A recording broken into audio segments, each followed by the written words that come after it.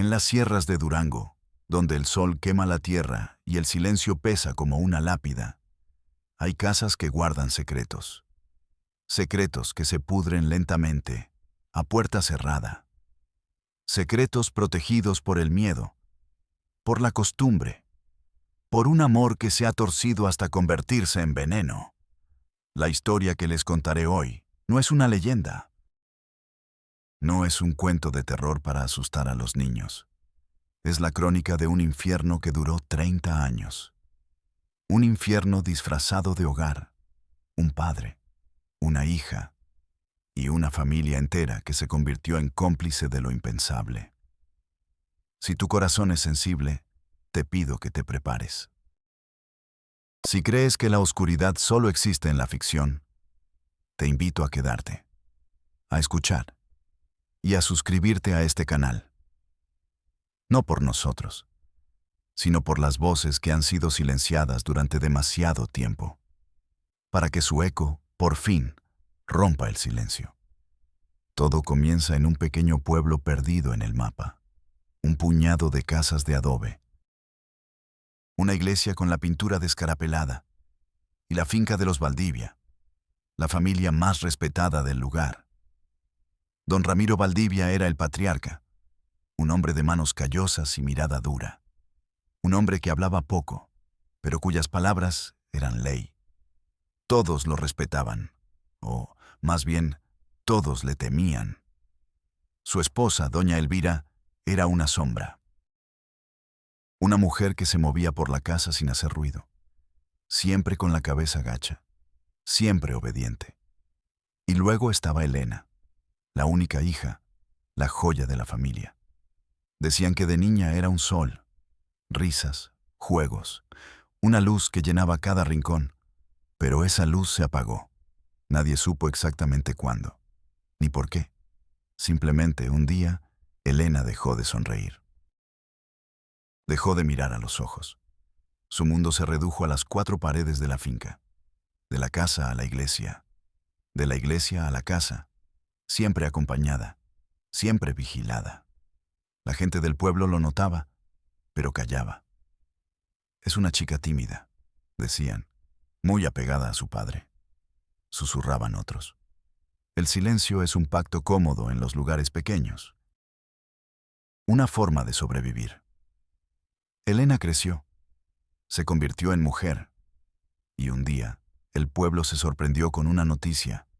Elena estaba embarazada. No tenía novio. Nadie la había visto con ningún hombre. Cuando los chismes comenzaron a arder, don Ramiro los apagó de un solo golpe. El padre es un trabajador que se fue al norte, dijo. Su voz no admitía réplica, y nadie se atrevió a preguntar más. Nació el primer hijo, luego el segundo, el tercero, cuarto, quinto, 6 hijos en total, 6 niños que crecieron bajo el mismo techo, con su madre, Elena, con sus abuelos, Ramiro y Elvira, 6 niños con los ojos de su abuelo, 6 niños que llamaban papá a don Ramiro. La casa de los Valdivia se convirtió en un universo propio, un reino cerrado con sus propias leyes, una normalidad macabra que nadie se atrevía a cuestionar. Hasta que llegó ella. Su nombre era Lucía, Lucía Ferrero, una trabajadora social recién graduada. Tenía 24 años y un fuego en el corazón. Creía en la justicia. Creía que podía cambiar el mundo, o al menos un pequeño rincón de él. El destino la envió a ese pueblo olvidado de Durango. Su tarea era simple: hacer un censo de las familias con necesidades, entregar despensas, llenar formularios. Una tarde de julio, con el aire espeso por el calor, llegó a la finca de los Valdivia. Tocó la puerta de madera. Una puerta pesada, que parecía no haberse abierto en años. Esperó. El silencio era absoluto. Volvió a tocar. La puerta se entreabrió. Una rendija de oscuridad. Una mujer la miraba. Era Elena. Sus ojos estaban vacíos, como 2 pozos sin fondo. Detrás de ella, se asomaban las cabezas de varios niños, niños pálidos, silenciosos.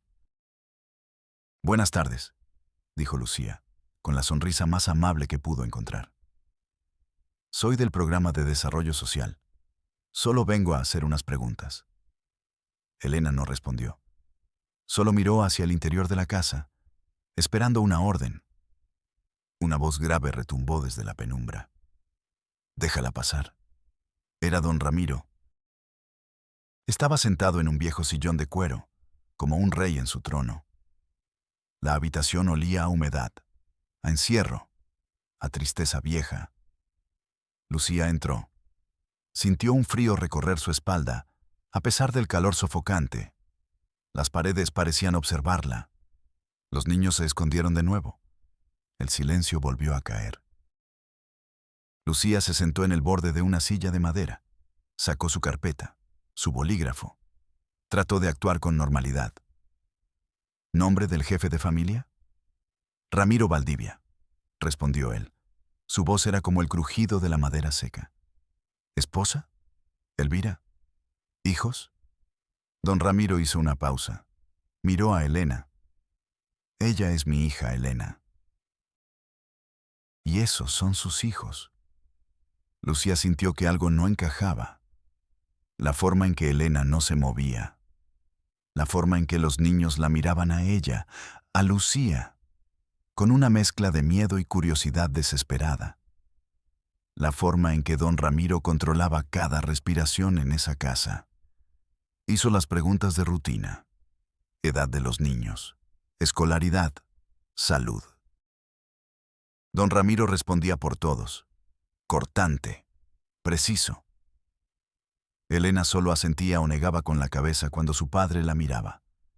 Nunca pronunció una sola palabra. Al terminar, Lucía se levantó. Muchas gracias por su tiempo. Nadie respondió. Caminó hacia la puerta. Sintió 6 pares de ojos pequeños clavados en su nuca. Una súplica silenciosa. Una llamada de auxilio que no tenía sonido. Al salir, respiró hondo. El aire de afuera, aunque polvoriento, se sintió limpio. Puro. Se apoyó contra la pared de adobe de la finca, sintiendo el calor áspero en su espalda. Cerró los ojos, pero la imagen de la casa seguía allí, grabada en sus párpados. La penumbra, el olor a encierro. El rostro de Elena, un mapa de una geografía desconocida y dolorosa. Sintió un sabor metálico en la boca, el sabor del miedo. No su miedo, el de ellos, un miedo tan denso que casi se podía masticar. Abrió la carpeta. Sus manos temblaban ligeramente. Debajo del nombre Valdivia, escribió una sola palabra con mayúsculas. Ayuda. Esa noche, Lucía no durmió. Daba vueltas en la cama estrecha de su pequeña habitación alquilada. El ventilador de techo chirriaba, cortando el aire caliente sin enfriarlo. Cada vez que cerraba los ojos, veía a los niños. Sus rostros sin expresión, sus cuerpos pequeños y tensos, como resortes a punto de romperse. ¿Qué pasaba dentro de esa casa cuando la puerta se cerraba? ¿Qué horrores vivían detrás del silencio respetuoso del pueblo? Al día siguiente, con la determinación endurecida por una noche de insomnio, comenzó su verdadera investigación. Fue a la tienda de abarrotes de don Pepe, un hombre gordo y sudoroso que sabía todo de todos. Compró un refresco. Charló del clima, y luego casualmente preguntó. La familia Valdivia parecen muy reservados. Don Pepe dejó de limpiar el mostrador. Su sonrisa se desvaneció. Son buena gente, señorita, de las de antes. Su tono fue cortante, una advertencia. No se meten con nadie y nadie se mete con ellos. Fin de la conversación. Luego fue con el padre Anselmo, un anciano sacerdote con las manos temblorosas por el Parkinson. Seguro él, un hombre de Dios, sabría algo. Le confesaría su inquietud. Padre, estoy preocupada por los niños de la casa Valdivia. El padre Anselmo la miró por encima de sus lentes gruesos. Suspiró. Un suspiro largo, cansado. Don Ramiro es un pilar de esta comunidad, hija. Un hombre de fe. Estricto, sí, pero un buen cristiano. Pero los niños, padre, y su madre. Elena siempre fue especial. La interrumpió el sacerdote. Frágil. Su padre la cuida, la protege del mundo. La protege del mundo. La frase se quedó flotando en el aire viciado de la sacristía. Lucía sintió náuseas. El sistema, incluso el divino, ya había elegido un bando. El del poder, el del silencio. No se rindió. Buscó a la maestra, una mujer joven como ella, llegada de la ciudad. Quizás ella entendería. ¿Los niños Valdivia van a la escuela? La maestra negó con la cabeza. Don Ramiro dice que él mismo los educa. Que la escuela pública corrompe el alma. ¿Y las autoridades educativas no dicen nada? La maestra soltó una risa amarga. ¿Autoridades? ¿Aquí? Señorita, aquí la única autoridad es don Ramiro Valdivia. El miedo del pueblo era una muralla invisible, pero impenetrable. Una muralla construida con años de favores, deudas y amenazas veladas. Todos sabían, o intuían, pero habían decidido mirar para otro lado. Era más fácil, más seguro. Lucía entendió que estaba sola, completamente sola. Pero la imagen de esos niños no la dejaba en paz. Decidió que se convertiría en su única aliada. Empezó a visitar la finca con cualquier pretexto. Olvidé un dato para el censo. Les traje estos cuadernos y lápices de colores del programa. Vengo a ver si necesitan ayuda con la cartilla de vacunación. Cada visita era un descenso calculado al infierno. Un día, mientras le entregaba los cuadernos a uno de los niños, un pequeño de unos 6 años, vio el moretón. Un hematoma morado y amarillo en su antebrazo, con la forma perfecta de los dedos de un adulto. El niño vio que ella lo miraba. Rápidamente, bajó la manga de su camisa y retrocedió, como un animalito asustado. Lucía levantó la vista. Don Ramiro la observaba desde su sillón, con una sonrisa casi imperceptible, una sonrisa de poder, de impunidad. El corazón de Lucía martillaba contra sus costillas. Tenía que mantener la calma. No podía demostrar su horror, no todavía. Otro día llegó sin avisar. La puerta estaba entreabierta. Entró en silencio. Desde el fondo de un pasillo oscuro, escuchó un sollozo, un llanto ahogado, desesperado. Era Elena. Lucía dio un paso en esa dirección. Pero la sombra de don Ramiro apareció en el umbral. ¿Se le ofrece algo, señorita? Su voz era suave, aterciopeladamente amenazante. Yo escuché llorar a alguien, tartamudeó Lucía. Mi hija es muy sensible, dijo Ramiro, sin apartar sus ojos de ella. A veces le ganan los nervios. Nada de qué preocuparse. La forma en que dijo «mi hija» le heló la sangre. No había amor en esa palabra, solo posesión. Lucía empezó a documentar todo en una libreta secreta que guardaba bajo su colchón. Fechas, horas, conversaciones fragmentadas, el moretón en el brazo de David, el llanto de Elena. La vez que vio a la abuela, Elvira, abofetear a la niña mayor por tropezar.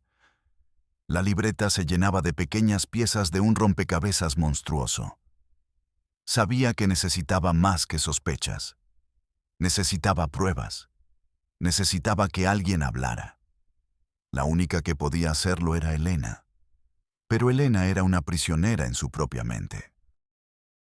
Un fantasma en su propia casa. ¿Cómo llegar a ella? ¿Cómo romper los barrotes invisibles que la mantenían cautiva? Lucía sabía que se estaba metiendo en la boca del lobo. Este no era un caso para una trabajadora social novata.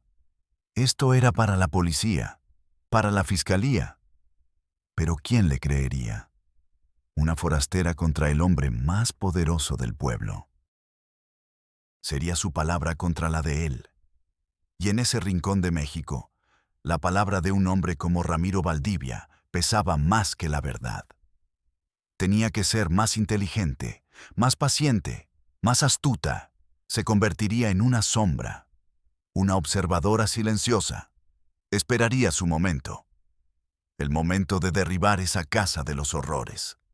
Ladrillo por ladrillo. La oportunidad llegó una semana después. Una excusa oficial. Perfecta. Una campaña de vacunación para las comunidades rurales. Lucía volvió a la finca de los Valdivia. Esta vez no iba sola. La acompañaba una enfermera, una mujer mayor y cansada que solo quería terminar su jornada. Don Ramiro los recibió con la misma cortesía helada de siempre. Permitió la entrada. La casa olía igual, a polvo y a secretos. La enfermera preparó sus jeringas sobre la mesa del comedor. Lucía llamaba a los niños, uno, por su nombre, por su edad. Era la primera vez que escuchaba sus propias voces. Pequeños susurros, monosílabos. David, 9 años. Sofía, 8. Mateo, 7. Lucas, 6. Ana, 5. Y el mayor, Miguel, 11 años. Miguel era diferente. Sus ojos no estaban vacíos. Había una chispa en ellos, una inteligencia alerta, un dolor que no era resignación, sino rabia contenida. Mientras la enfermera vacunaba a la pequeña Ana, que lloraba en silencio, sin lágrimas, Lucía se acercó a Miguel. Se arrodilló para estar a su altura. ¿Te gustan los cuadernos que les traje?, le preguntó en voz baja. Miguel la miró fijamente. No respondió. Solo miró de reojo hacia el sillón donde su abuelo vigilaba cada movimiento. Luego, sus ojos volvieron a Lucía. En ellos había una pregunta desesperada. ¿Eres tú? ¿Eres tú la que nos va a sacar de aquí? El corazón de Lucía se encogió. En un movimiento rápido, casi imperceptible, Miguel dio un paso hacia ella. Sus deditos rozaron el bolsillo de su pantalón. Fue un toque fugaz, un roce eléctrico. Lucía sintió algo pequeño y doblado deslizarse dentro. Se puso rígida. No se atrevió a respirar. Levantó la vista. Don Ramiro seguía mirando, pero no había visto nada. Su atención estaba en el llanto silencioso de la pequeña Ana. Lucía se levantó lentamente. Sus piernas eran de plomo. Terminaron el trabajo. Salieron de la casa. La puerta se cerró detrás de ellas con un sonido sordo y definitivo. La enfermera se quejaba del calor. Lucía no la oía. Solo sentía el peso del papel en su bolsillo. Un peso minúsculo, pero que se sentía tan pesado como una vida entera. No fue a su oficina. Fue directo a su habitación. Cerró la puerta con llave. Se recargó en ella, con el pecho subiendo y bajando violentamente. Temblaba. Con manos torpes, sacó el papel doblado. Era una hoja arrancada de uno de los cuadernos que ella les había llevado. Lo desdobló. Era un dibujo, hecho con crayones de colores, trazos infantiles, figuras de palo. A la izquierda, una casa de adobe. La finca. Dentro de la casa había varias figuras. Una figura grande, muy grande, con el ceño fruncido y un palo en la mano. Arriba, Miguel había escrito Papá Ramiro. Al lado, una figura de mujer, más pequeña, con la boca dibujada como una línea temblorosa. Mamá Elvira. Y luego, en un rincón, 6 figuritas pequeñas. Los niños. Pero no era eso lo que helaba la sangre. En el centro del dibujo, en la habitación principal, había 2 figuras.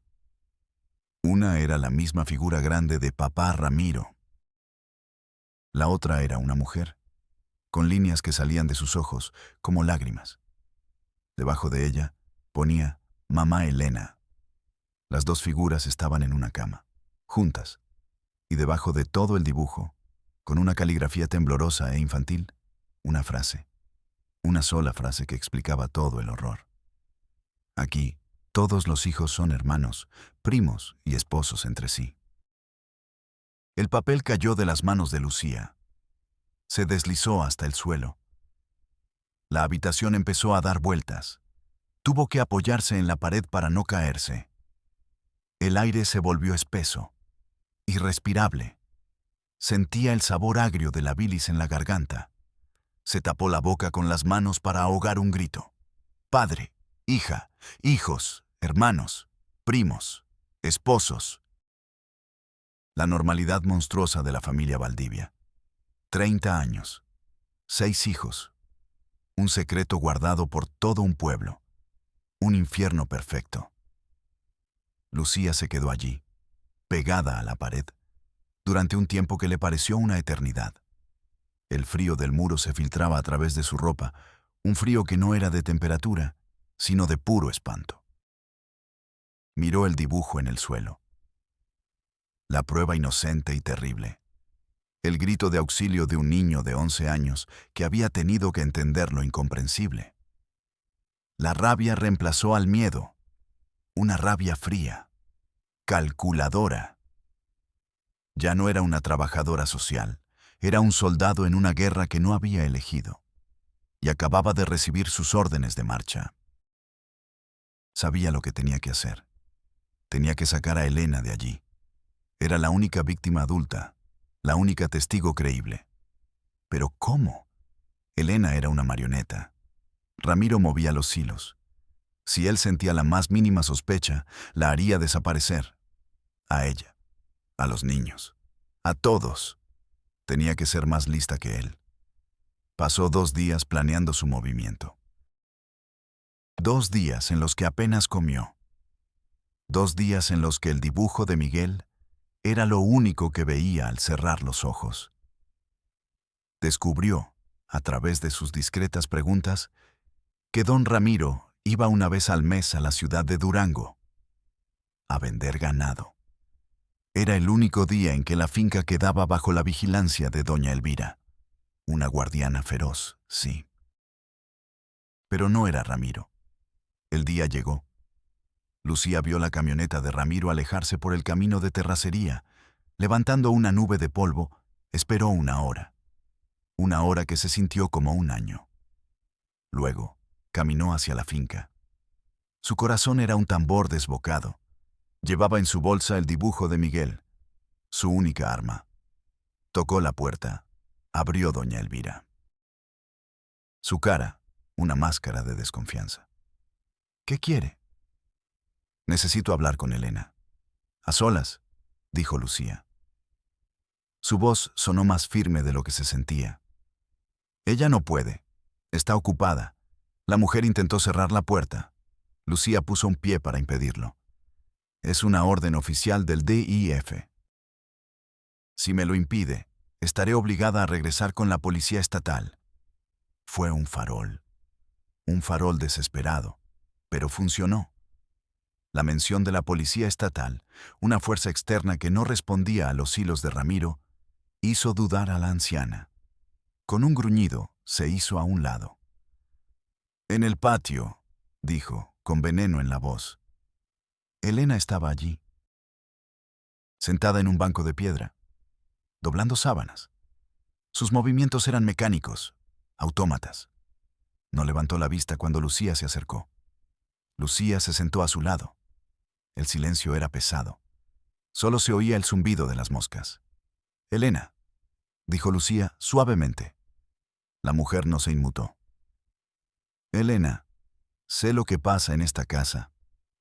Nada. El cuerpo de Elena estaba allí, pero su alma estaba a miles de kilómetros de distancia, encerrada en una prisión que solo ella conocía. Lucía sacó el dibujo de su bolsa, lo desdobló y lo puso sobre las sábanas blancas. Miguel me dio esto. Fue como encender una luz en una habitación oscura. Elena vio el dibujo. Sus manos se detuvieron.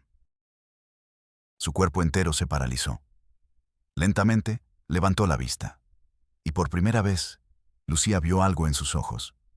No el vacío, no la resignación. Vio un terror puro, primordial, el terror de ser descubierta. ¿Dónde está?, susurró Elena. Su primera palabra, un sonido ronco, como si no la hubiera usado en años. ¿Miguel? Está adentro con sus hermanos. Él está bien. Elena negó con la cabeza. No. Él, dijo. La palabra salió como un veneno. Mi padre. Se fue a la ciudad. No volverá hasta la noche. Elena miró a su alrededor, como un animal atrapado, buscando una salida, buscando una ruta de escape que no existía. Sus ojos se llenaron de lágrimas, lágrimas que no caían, lágrimas que se acumulaban, ahogándola desde dentro. Tienes que ayudarme, susurró Elena. Las palabras se atropellaban, desesperadas. Tienes que sacarnos de aquí. Lo haré, Elena. Pero necesito que me cuentes. Necesito que me digas la verdad. Y entonces, el dique se rompió. 30 años de silencio y horror se desbordaron. No fue un relato lineal, sino una sucesión de fragmentos. Imágenes, olores, sonidos. Tenía 12 años la primera vez. Fue en el granero. Me dijo que era el amor de Dios, que así demostraban su amor los padres. Mi madre lo supo. Entró y cerró la puerta. Me dijo que era mi deber, que era la voluntad de mi padre. Hablaba en susurros, con la mirada perdida en un punto invisible del patio, reviviendo cada momento. Cuando nació Miguel, él lo sostuvo en brazos y dijo: «Este es mi hijo». Y mi nieto se rió. Esa noche durmió conmigo otra vez, con el bebé en la cuna a nuestro lado. Lucía no dijo nada, solo escuchaba. Se sentía como una profanadora de tumbas. Estaba desenterrando un cuerpo que llevaba 30 años pudriéndose. Tomó la mano de Elena. Estaba helada, huesuda. Temblaba sin control. Todos mis hijos, continuó Elena con la voz rota. Son sus hijos. Él los elige, les pone nombre, les enseña a llamarle papá. A mí me llaman Elena. Solo Elena. La verdad era más monstruosa de lo que Lucía jamás pudo haber imaginado. No era solo un abuso, era la creación de un nuevo orden familiar, una teología de la perversión. Un reino donde Ramiro Valdivia era padre, abuelo y Dios, y todos los demás eran sus súbditos, sus posesiones.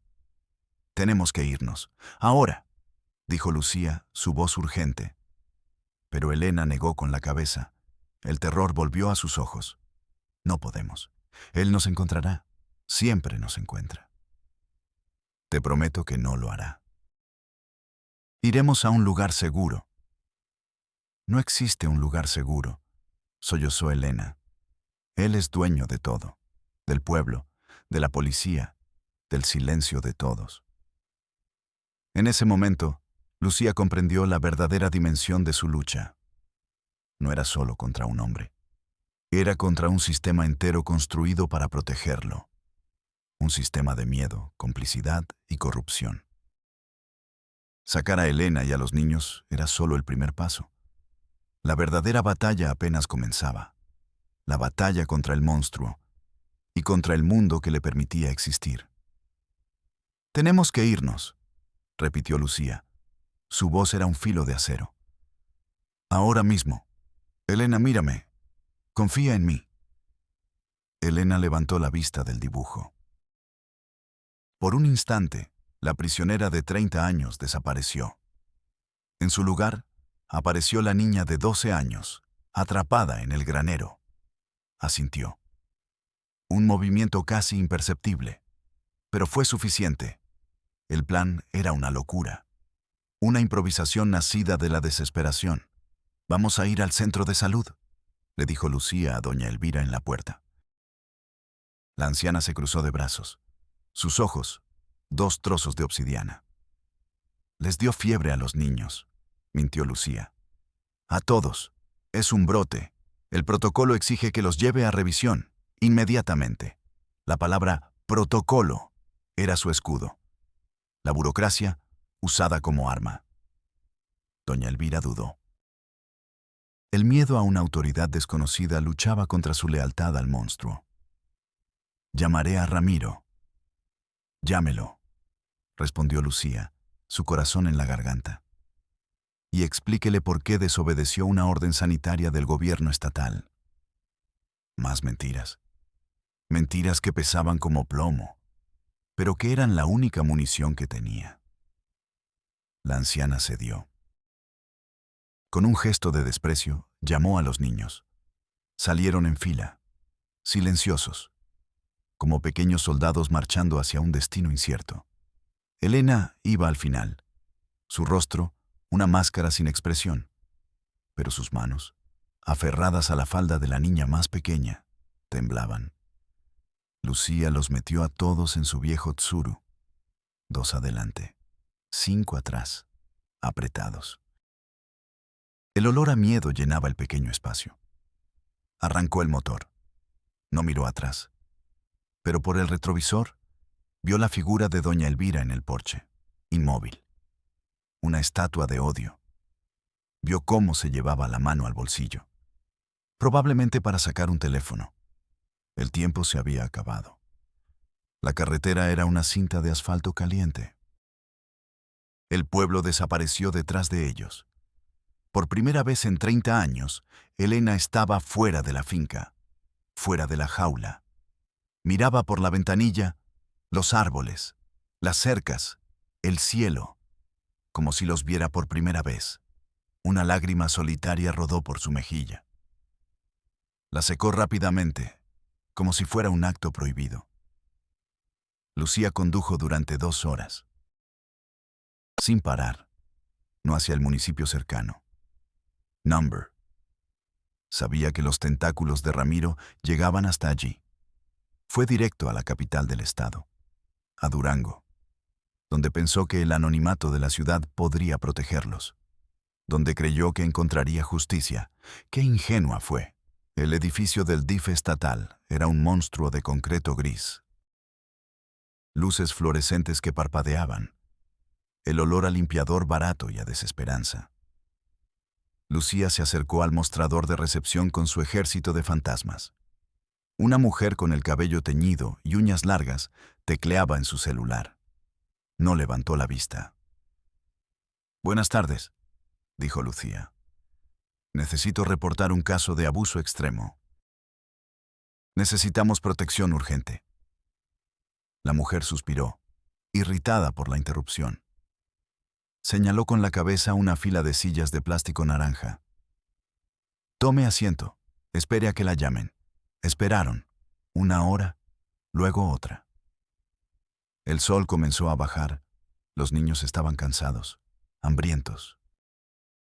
Elena se había encogido sobre sí misma, volviéndose cada vez más pequeña.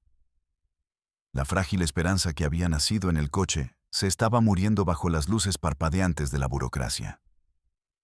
Finalmente, una voz monótona los llamó. «Ferrero, Lucía». Entraron a una oficina pequeña, atiborrada de archivos. Un hombre con una corbata mal anudada y ojeras profundas los esperaba detrás de un escritorio. Licenciado Valdés, el jefe de departamento. Lucía explicó la historia. Su voz era un torrente de urgencia y horror. Habló del incesto, de los 30 años, de los 6 hijos, del control absoluto de Ramiro. Puso el dibujo de Miguel sobre el escritorio. La prueba definitiva. El licenciado Valdés escuchó sin cambiar de expresión. Tomó el dibujo, lo miró por un segundo, como quien mira una mancha en la pared. Lo dejó a un lado. Se reclinó en su silla, que chirrió en protesta. Juntó las yemas de sus dedos. Entiendo, dijo. La palabra salió sin ninguna emoción. Es una situación delicada. No es delicada, estalló Lucía. Es una emergencia. Ese hombre los está buscando ahora mismo. Necesitan un refugio. Valdés la miró con una paciencia casi insultante. Señorita, para poder ingresarlos a un refugio, necesito un expediente. El protocolo es claro.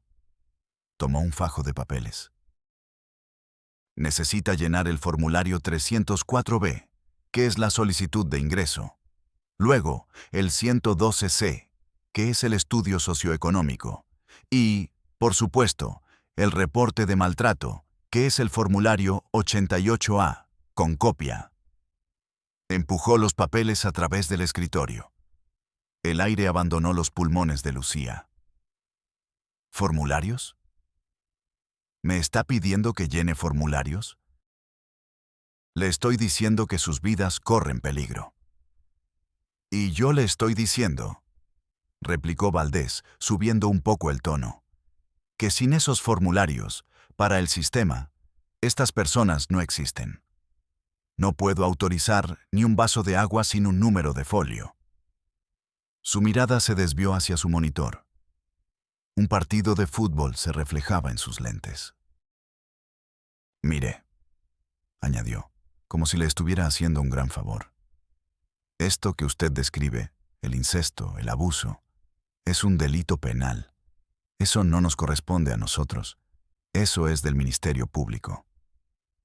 ¿Y dónde están ellos?, preguntó Lucía desesperada. Valdés miró su reloj. Su oficina está a unas 10 cuadras. Pero cerraron a las 3. Eran las 4:30. Sonrió. Una sonrisa vacía, hueca. Regrese mañana, con los formularios llenos, por favor, y con su denuncia sellada por el Ministerio Público. Entonces, quizá, podamos hacer algo.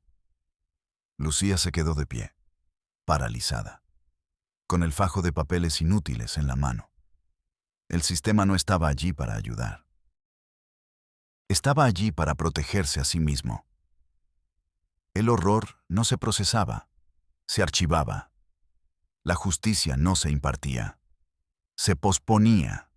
Había logrado sacar a la familia del infierno, solo para descubrir que el purgatorio era una oficina de gobierno con sillas de plástico naranja. Y el diablo ya sabía dónde estaban. Lucía sintió una ola de frío. El frío de la impotencia absoluta. Miró al licenciado Valdés. En sus ojos no había maldad. Había algo peor. Indiferencia. El bostezo silencioso de un sistema que ha visto tanto horror que ya no siente nada. El horror se había convertido en papeleo. Pero, ¿a dónde vamos? ¿Qué hacemos esta noche?, preguntó Lucía, su voz apenas un susurro. Ese no es mi problema, señorita, dijo Valdés, su atención ya de vuelta en la pantalla de su computadora. Busquen un hotel o algún albergue religioso, mañana, a primera hora, con los papeles en regla. La despidió con un gesto de la mano. El sistema había hablado. El caso estaba, por ahora, cerrado. Lucía salió de la oficina. Sus pies pesaban 1 tonelada. En la sala de espera, Elena y los 6 niños la miraban. 7 pares de ojos llenos de una pregunta silenciosa. ¿Y ahora? Lucía no tenía respuesta. Les había prometido seguridad. Les había prometido justicia. Y la ciudad, el gobierno, la ley, le habían dado la espalda. Le habían entregado un puñado de formularios. Salió del edificio gris. La noche de Durango ya estaba cayendo. Las luces de la ciudad comenzaban a encenderse. Para Lucía, parecían los ojos de 1000 depredadores. Estaba sola, con 7 personas que dependían enteramente de ella. 7 personas que eran, a los ojos de la ley, invisibles. Y un monstruo con una camioneta y 30 años de poder, que seguramente ya estaba en camino. Sacó el poco dinero que tenía en la cartera. No era suficiente para un hotel decente. Quizás alcanzaría para un motel de paso en las afueras. Un lugar sin preguntas. Un lugar donde pudieran esconderse por una noche. Mientras caminaban por las calles abarrotadas, Lucía sintió el miedo como una presencia física. Cada hombre alto, cada camioneta vieja, le parecía ser Ramiro. Aferraba la mano de David, el niño del moretón. El pequeño no temblaba. Caminaba con una dignidad extraña para sus 9 años, como si supiera que la pesadilla aún no había terminado. Encontraron un motel llamado El Solitario. Un nombre irónico. El recepcionista, un hombre sin dientes, les dio una habitación sin hacer preguntas. Pagó en efectivo. No dio su nombre. La habitación era un cubo de concreto. 2 camas. Un foco desnudo colgando del techo. El olor a cloro y a soledad. Pero era un refugio. Una trinchera temporal en una guerra que estaban perdiendo. Los niños se sentaron en el suelo, juntos. No hablaban. No jugaban. Solo esperaban. Llevaban toda su vida esperando.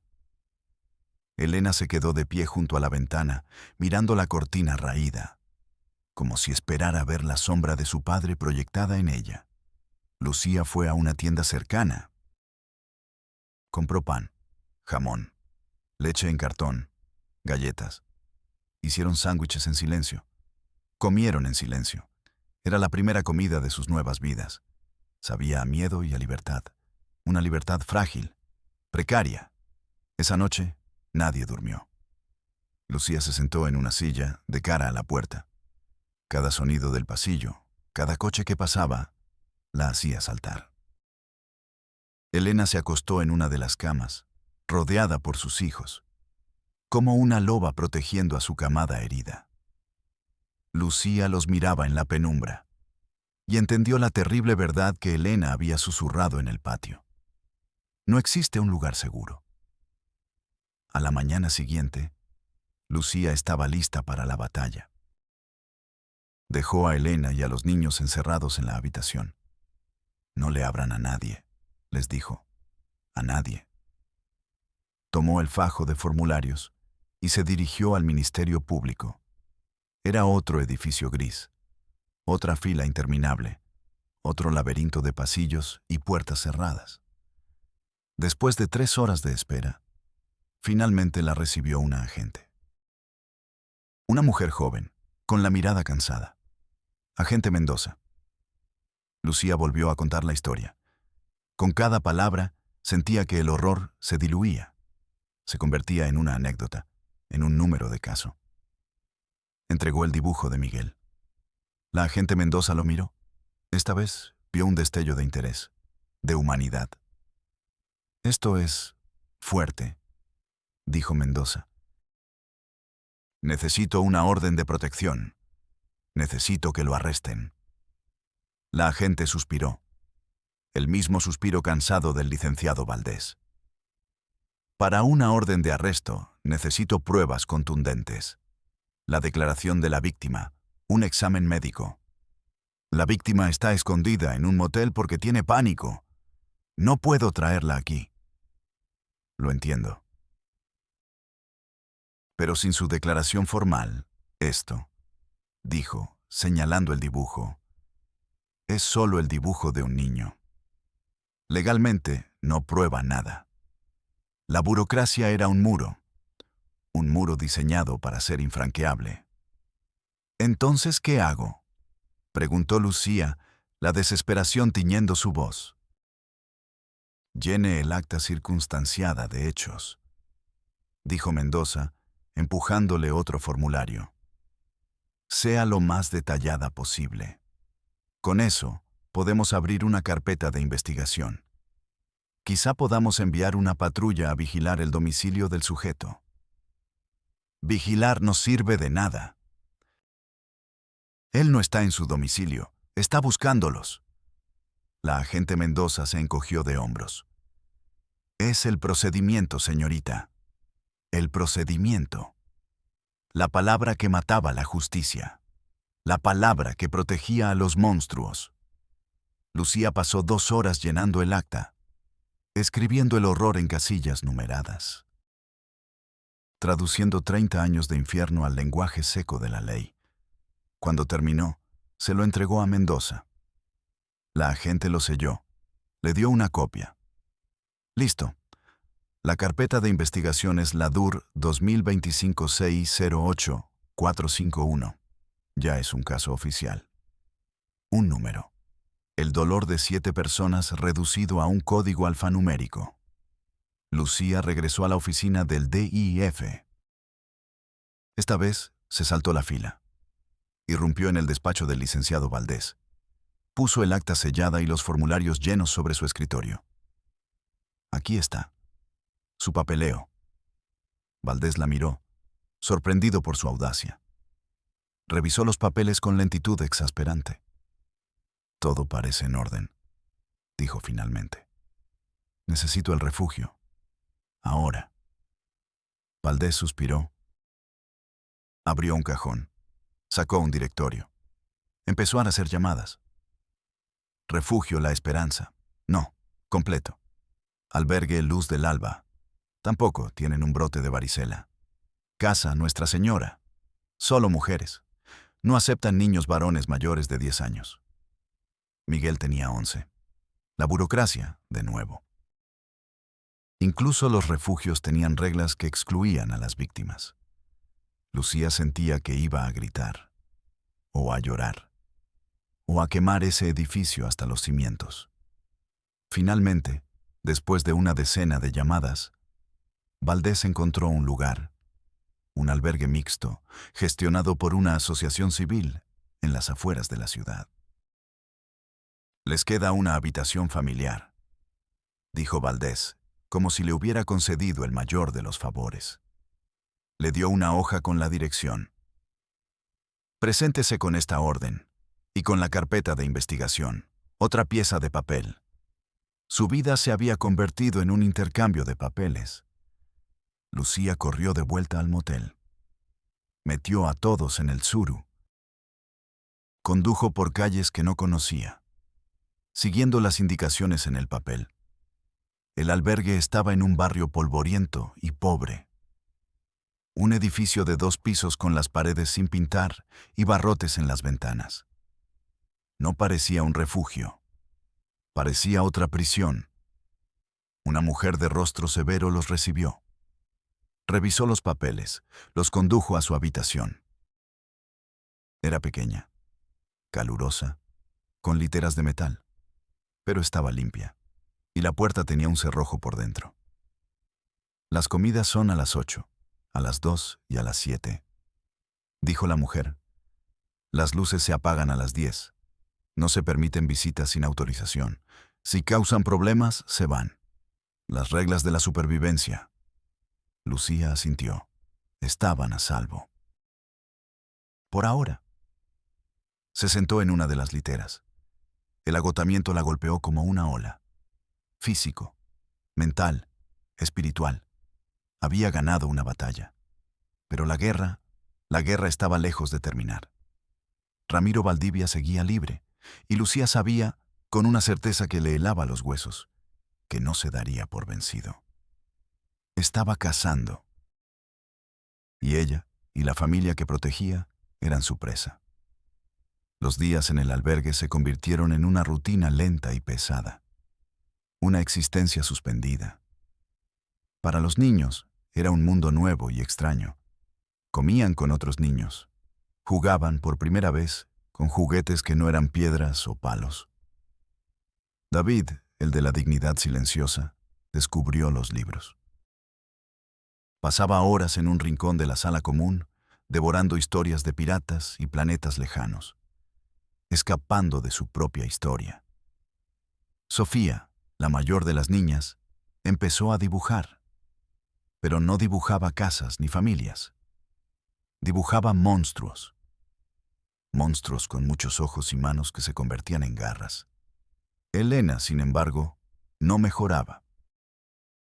Pasaba la mayor parte del día en la habitación, sentada en la litera, mirando la pared. El mundo exterior era demasiado grande, demasiado ruidoso. La libertad, después de 30 años de cautiverio, era vertiginosa, aterradora.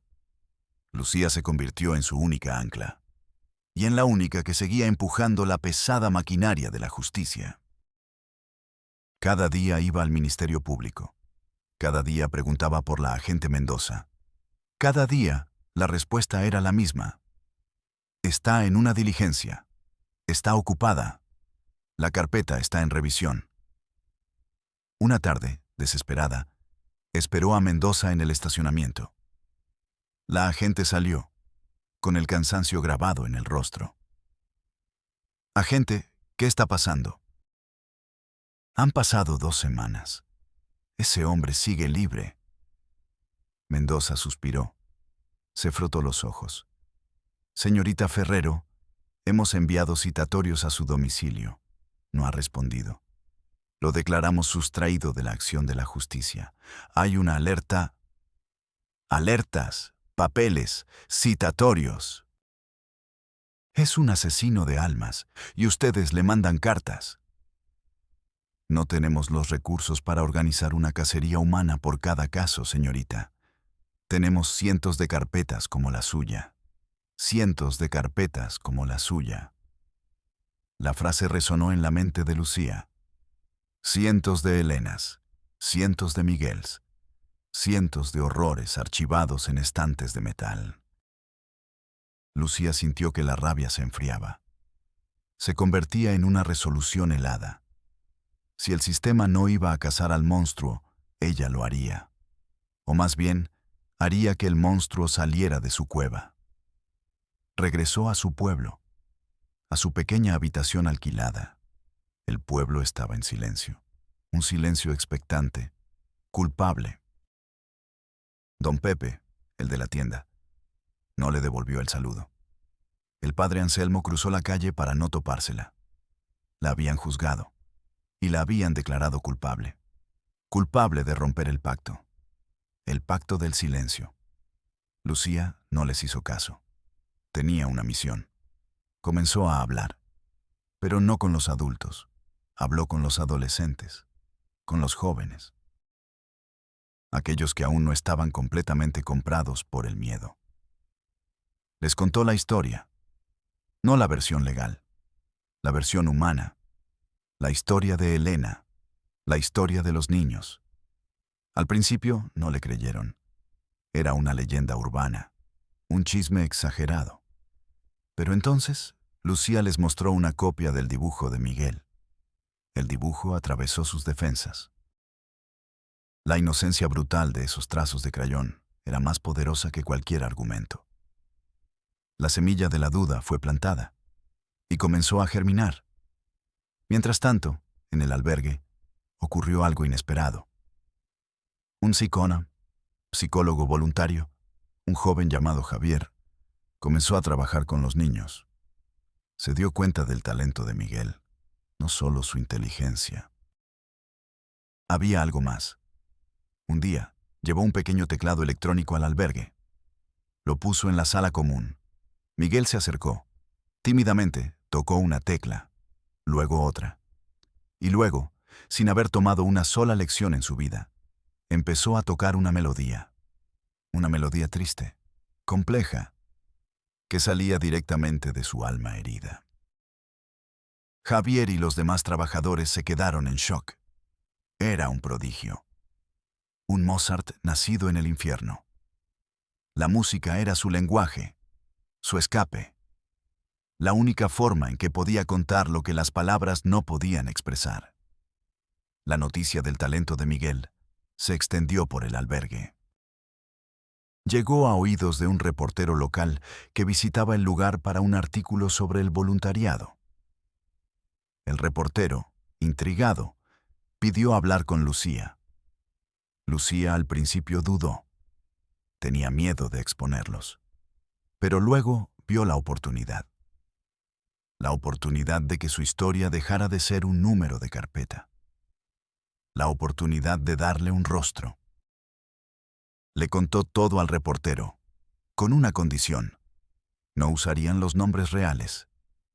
Serían la familia de la sierra y el niño prodigio que aprendió a tocar el piano en el infierno. El artículo se publicó en un pequeño periódico de Durango. No fue una gran noticia, pero fue recogida por una agencia de noticias nacional. Y de repente, la historia explotó. El caso de la familia de la sierra estaba en todos los noticieros, en todos los portales de Internet. Ya no era un secreto local, era un escándalo nacional. La presión mediática hizo lo que los formularios de Lucía no pudieron. El teléfono del fiscal general del estado no dejaba de sonar. El gobernador tuvo que dar una conferencia de prensa. Se llegará hasta las últimas consecuencias, dijo con el rostro adusto. Caiga quien caiga. Palabras vacías, pero que obligaban al sistema a moverse. Se formó una unidad especial para encontrar a Ramiro Valdivia. La agente Mendoza fue puesta al mando. Ahora sí había recursos. Había patrullas. Había helicópteros. La justicia, motivada no por la moral, sino por la vergüenza pública, finalmente se puso en marcha. Ramiro Valdivia fue encontrado una semana después. No estaba lejos. Se escondía en una cabaña de casa, propiedad de un compadre, a solo 50 kilómetros de su finca. No se resistió al arresto. Cuando los agentes derribaron la puerta, lo encontraron sentado en una silla, limpiando un rifle, esperando. Levantó la vista y sonrió. Se tardaron, dijo. El juicio fue el circo mediático del año. Elena tuvo que testificar. Fue el momento más difícil. Enfrentar a su padre, a su carcelero, en una sala llena de extraños y cámaras. Lucía estuvo a su lado todo el tiempo, sosteniendo su mano bajo la mesa. Ramiro la miró fijamente durante todo su testimonio. No con odio, no con remordimiento, con decepción, como un dios traicionado por su creación favorita. Su defensa fue simple y demencial. Afirmó que no había hecho nada malo, que solo cumplía un mandato divino, que estaba creando una nueva estirpe, una familia pura, lejos de la corrupción del mundo. Su abogado argumentó locura, pero los psiquiatras no encontraron ninguna enfermedad, solo una ausencia total de empatía, un narcisismo maligno del tamaño de una catedral. Fue condenado a la pena máxima por incesto, violación equiparada, privación de la libertad y violencia familiar. 120 años de prisión, una vida entera. La cámara lo enfocó cuando escuchó la sentencia. No hubo reacción, ni una sola. El monstruo no se arrepentía, porque en su mundo él no había cometido ningún crimen. Lucía, Elena y los niños vieron el veredicto por televisión, en la seguridad del albergue. Cuando el juez dijo culpable, Elena comenzó a llorar. Pero esta vez no eran lágrimas silenciosas, eran sollozos profundos, liberadores. Los niños la abrazaron. Por primera vez eran una familia de verdad, una familia rota, herida, pero libre. La vida después del juicio no fue fácil. Las cicatrices no desaparecen con un veredicto. Elena comenzó una terapia intensiva, aprendiendo a ser una persona de nuevo, a tomar sus propias decisiones, a decir no. Los niños fueron a la escuela, aprendiendo a leer, a escribir, a ser niños. Miguel obtuvo una beca en el Conservatorio Nacional. Su música se convirtió en su voz, una voz que contaba su historia sin palabras. Una historia de oscuridad, sí, pero también de una luz que se negó a ser extinguida. Lucía se quedó con ellos. Se convirtió en su tía, su hermana mayor, su guardiana. La burocracia trató de separarlos, de enviarlos a diferentes hogares de acogida. Pero Lucía luchó, con la misma ferocidad con la que había luchado contra Ramiro. Y ganó. Consiguió un pequeño departamento para ellos. Una vida normal, o lo más parecido a ella. A veces, por la noche, cuando todos duermen, Lucía mira por la ventana las luces de la ciudad. Piensa en el pueblo, en el silencio cómplice. Piensa en el licenciado Valdés, en la agente Mendoza antes del escándalo, en el sistema. Un sistema que no está roto, sino que funciona exactamente como fue diseñado. Lento, indiferente. Un sistema que solo reacciona ante el ruido, ante la presión, y entiende que la justicia no es un derecho que se otorga, es una batalla que se libra. Todos los días. En las oficinas grises, en los tribunales, en los medios de comunicación, y a veces en el corazón de un niño que se atreve a dibujar la verdad.